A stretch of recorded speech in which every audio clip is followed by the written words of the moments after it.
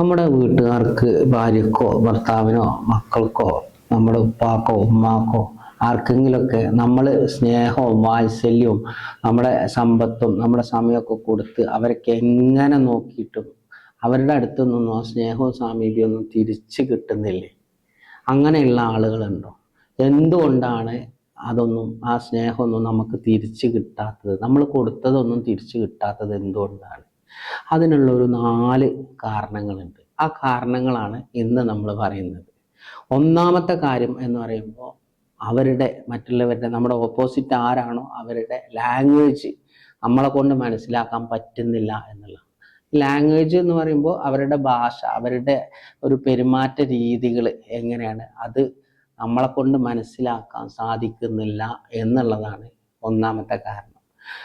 Language എന്ന് ഉദ്ദേശിക്കുന്ന ഇവിടെ ഓഡിറ്ററി ആയിട്ടുള്ള ആളുകൾ ഉണ്ടാവും, അതായത് സംസാരപ്രിയരായിട്ടുള്ള ആളുകൾ ഉണ്ടാവും. സംസാരപ്രിയർ എന്ന് പറയുമ്പോൾ സ്ത്രീകളൊക്കെ പ്രത്യേകിച്ച് സംസാരപ്രിയരാണ്.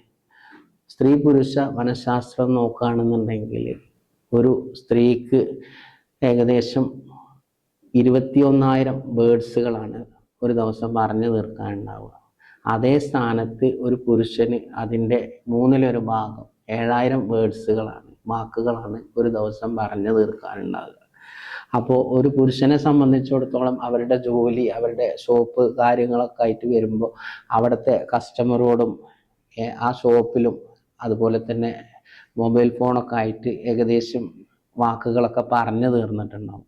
പക്ഷേ സ്ത്രീകളെ സംബന്ധിച്ച് നോക്കുകയാണെന്നുണ്ടെങ്കിൽ അവരുടെ വീട്ടിൽ കുട്ടികളായിട്ട് വീട്ടുകാരായിട്ട് ഫോണിലൊക്കെ ആയിട്ട് ഒരു പരിധി വരെ വാക്കുകളൊക്കെ സംസാരിച്ച് തീർന്നിട്ടുണ്ടാവും. ബാക്കി വരുന്ന വാക്കുകളൊക്കെ ആ ഒരു സ്ത്രീ അതിൻ്റെ ഭർത്താവിനെ കാത്തിട്ട്, അല്ലെങ്കിൽ മറ്റ് കുട്ടികളാണെന്നുണ്ടെങ്കിൽ കുട്ടികൾ വാപ്പാനെ കാത്തിട്ട് അങ്ങനെ കാത്തു വെച്ച വാക്കുകളാണ് ബാക്കി വയ്ക്കുക. അപ്പോൾ അത് പറഞ്ഞു തീർക്കാൻ കഴിയാത്തത് കൊണ്ടാണ് അവിടെ സൗന്ദര്യപ്പിണക്കങ്ങൾ ഉടലെടുക്കുന്നത്, പ്രശ്നങ്ങൾ ഉണ്ടാവുന്നത്. അപ്പോൾ നമ്മൾ ചെയ്യേണ്ടത് എന്താണെന്ന് വെച്ച് കഴിഞ്ഞാൽ നമ്മൾ അവരെ കേൾക്കാൻ വേണ്ടിയിട്ടെങ്കിലും നമ്മൾ ശ്രമിക്കണം എന്നുള്ളതാണ്. മറ്റൊരാളെ കേൾക്കുക എന്നുള്ളതാണ് ഒരാളുടെ ഏറ്റവും വലിയൊരു ക്വാളിറ്റി എന്ന് പറയുന്നത്. അപ്പോൾ അങ്ങനെ നമ്മൾ ചെയ്തു കഴിഞ്ഞാൽ അവർ സംസാരപ്രിയരാണെന്നുണ്ടെങ്കിൽ ആ സംസാരിച്ച് തീരണം. നമ്മുടെ ഒരുപാട് വിഷയങ്ങൾ അവർക്ക് പൊടിപ്പും തൊങ്കലൊക്കെ പറഞ്ഞ് നമ്മളോട് പറയാനുണ്ടാകും, കുട്ടികളുടെ വിഷയങ്ങളൊക്കെ. അതിന് നമ്മളൊന്ന് നിന്ന് കൊടുക്കെങ്കിലും വേണം എന്നുള്ളത്. ഇവിടെ പ്രശ്നങ്ങൾ ഉണ്ടാവുന്നത് ഷോപ്പിൽ നിന്നോ ജോലി കഴിഞ്ഞിട്ടൊക്കെ ഭർത്താവ് നേരം വൈകിട്ടാണ് വീട്ടിലെത്തണേ എന്നുണ്ടെങ്കിൽ അത് എന്നും അതുപോലെയാണെന്നുണ്ടെങ്കിൽ അവിടെ സൗന്ദര്യപ്പിണക്കങ്ങളുണ്ടാവും, വിഷയങ്ങളുണ്ടാവും, മറ്റ് ചില ബന്ധങ്ങളൊക്കെ ഉടലെടുക്കാനും കൂടി അത് കാരണമാകും എന്നുള്ളതാണ്. ഇനി രണ്ടാമത്തെ ഒരു വിഭാഗം എന്ന് പറയുമ്പോൾ വിഷ്വലായിട്ടുള്ള ആളുകളുണ്ടാവും. വിഷ്വലായിട്ടുള്ള ആളുകൾ എന്ന് പറയുമ്പോൾ നമ്മൾ കണ്ട് സംസാരിക്കുന്ന, അതുപോലെ തന്നെ ഒരു ഗിഫ്റ്റൊക്കെ കൊടുത്തു കഴിഞ്ഞാൽ, ഇപ്പോൾ ഒരു ചുരിദാർ മേടിച്ചു കൊടുത്തു കഴിഞ്ഞാൽ അത് അറിയാതെ മേടിച്ചു കൊണ്ടുപോയി കൊടുത്തു കഴിഞ്ഞാൽ അത് ഇഷ്ടപ്പെടുന്ന, അതിൽ സന്തോഷം കണ്ടെത്തുന്ന ഒരു വിഭാഗം ആളുകളുണ്ടാവും. അപ്പം അവരെ ആ രീതിയിൽ നമ്മൾ കണക്കാക്കുക. ഇനി മൂന്നാമത്തെ ഒരു വിഭാഗം എന്ന് പറയുമ്പോൾ കിനസ്തെറ്റിക് എന്ന് പറയും. കിനസ്തെറ്റിക് എന്ന് പറഞ്ഞാൽ നമ്മൾ സ്പർശനം അതുപോലെ ടച്ചിങ്സ് ഇഷ്ടമുള്ള ആളുകളുണ്ടാവും. അപ്പം അവരെ ആ രീതിയിൽ നമ്മൾ കാണണം. നമ്മുടെ കുട്ടികളൊക്കെ കണ്ടിട്ടില്ല, നമ്മൾ ഒന്ന് അണഞ്ഞൂട്ടി പിടിച്ചു കഴിഞ്ഞാൽ, ഒന്ന് ചേർത്ത് പിടിച്ചു കഴിഞ്ഞിട്ട് നമ്മൾ എന്തെങ്കിലും കാര്യങ്ങൾ പറഞ്ഞാൽ ആ കുട്ടികളത് അനുസരിക്കുന്നത് കാണാൻ പറ്റും. അപ്പോൾ നമ്മൾ അവരുടെ ലാംഗ്വേജ് നമ്മളെ കൊണ്ട് മനസ്സിലാക്കാൻ പറ്റുന്നില്ല എന്നുള്ളതാണ് ഒന്നാമത്തെ കാരണം. ലാംഗ്വേജ് എന്ന് പറയുമ്പോൾ ഓഡിറ്ററി ആയിട്ടുള്ള സംസാരപ്രിയരുണ്ടാവും. രണ്ടാമത്തെ വിഷ്വലായിട്ടുള്ള കണ്ട് സംസാരിക്കുന്ന, ഗിഫ്റ്റ് കിട്ടിയാൽ ഇഷ്ടപ്പെടുന്ന ആളുകളുണ്ടാവും. മൂന്നാമത്തെ കിനസ്തെറ്റിക് ആയിട്ടുള്ള സ്പർശനം ടച്ചിങ്സും ഇഷ്ടമുള്ള ആളുകളുണ്ടാവും. അപ്പോൾ അത് ഏത് രീതിയിലാണ് നമ്മുടെ ഓപ്പോസിറ്റുള്ള ആൾ, ആ രീതിയിൽ അവരുടെ ഏത് രീതിയാണ് അവർക്ക് ഇഷ്ടപ്പെട്ടത് അത് നമ്മൾ തിരിച്ചും അവർക്ക് കൊടുക്കാൻ വേണ്ടിയിട്ട് നമ്മൾ ശ്രമിക്കുക. അപ്പോൾ ആ ഒരു പ്രോബ്ലം മാറിക്കിട്ടും എന്നുള്ളതാണ്. ഇനി രണ്ടാമത്തെ ഒരു കാരണം എന്ന് പറയുന്നത്, നമ്മൾ കൊടുത്തത് തിരിച്ച് കിട്ടാതിരിക്കാനുള്ളൊരു കാരണം, നമ്മൾ സ്നേഹം പ്രകടിപ്പിക്കുകയാണെന്നുണ്ടെങ്കിൽ ആ സ്നേഹം നമുക്ക് പ്രകടിപ്പിക്കാൻ കഴിയില്ല. നമ്മളെ മുഖത്ത് അതിന് വികാരങ്ങളൊന്നും വരുന്നില്ല. അങ്ങനെയാണെങ്കിൽ മറ്റുള്ളവർക്ക് എങ്ങനെ അത് സ്നേഹമായിട്ട് മാറും? അവരെങ്ങനെ തിരിച്ചു തരും? ഇതാണ് രണ്ടാമത്തെ കാര്യം. അപ്പോൾ നമ്മൾ കൊടുക്കുന്ന സ്നേഹമാണെന്നുണ്ടെങ്കിൽ ആ സ്നേഹം നമുക്ക് തിരിച്ചു കിട്ടൂല. കാരണം അവർക്കത് സ്നേഹമായിട്ട് തോന്നണില്ല. അപ്പോൾ നമുക്കത് പ്രകടിപ്പിക്കാൻ നമ്മളെ കൊണ്ട് കഴിയാതിരിക്കുക എന്നുള്ളതാണ് രണ്ടാമത്തെ കാരണം. ഇനി മൂന്നാമത്തെ കാരണം എന്ന് പറയുമ്പോൾ തെറ്റിദ്ധാരണ.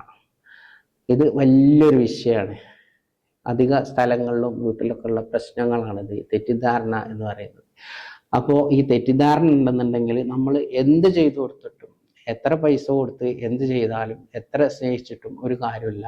ആ തെറ്റിദ്ധാരണ എന്തുകൊണ്ടാണ് വന്നത്, എന്ത് കാര്യങ്ങൾ കൊണ്ടാണ് തെറ്റിദ്ധാരണ വന്നിട്ടുള്ളത്, അത് ആ കാര്യകാരണങ്ങൾ നമ്മൾ കണ്ടെത്തിയിട്ട് അത് മാറ്റിയെടുക്കാൻ വേണ്ടിയിട്ട് ശ്രമിക്കുക.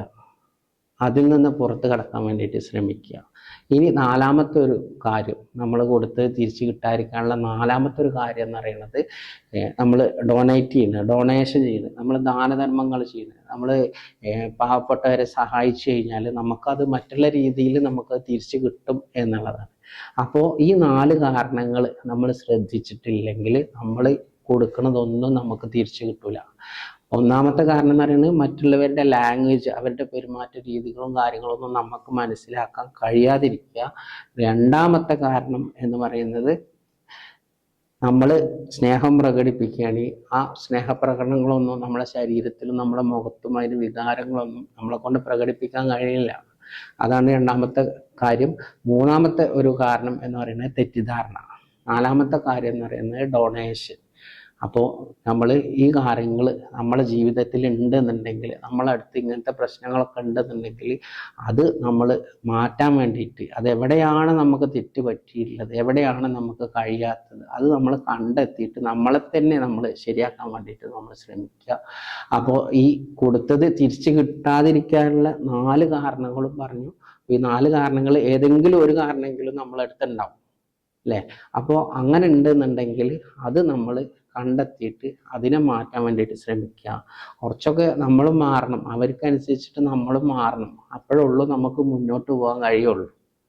ഓക്കെ, അപ്പോൾ ഇതുപോലെയുള്ള ഇൻഫോർമേറ്റീവ് ആയിട്ടുള്ള വീഡിയോസ് കാണാൻ വേണ്ടിയിട്ട് നമ്മുടെ ചാനൽ സബ്സ്ക്രൈബ് ചെയ്യുക, ഷെയർ ചെയ്യുക. അതുപോലെ തന്നെ നിങ്ങളുടെ സപ്പോർട്ടും വേണം.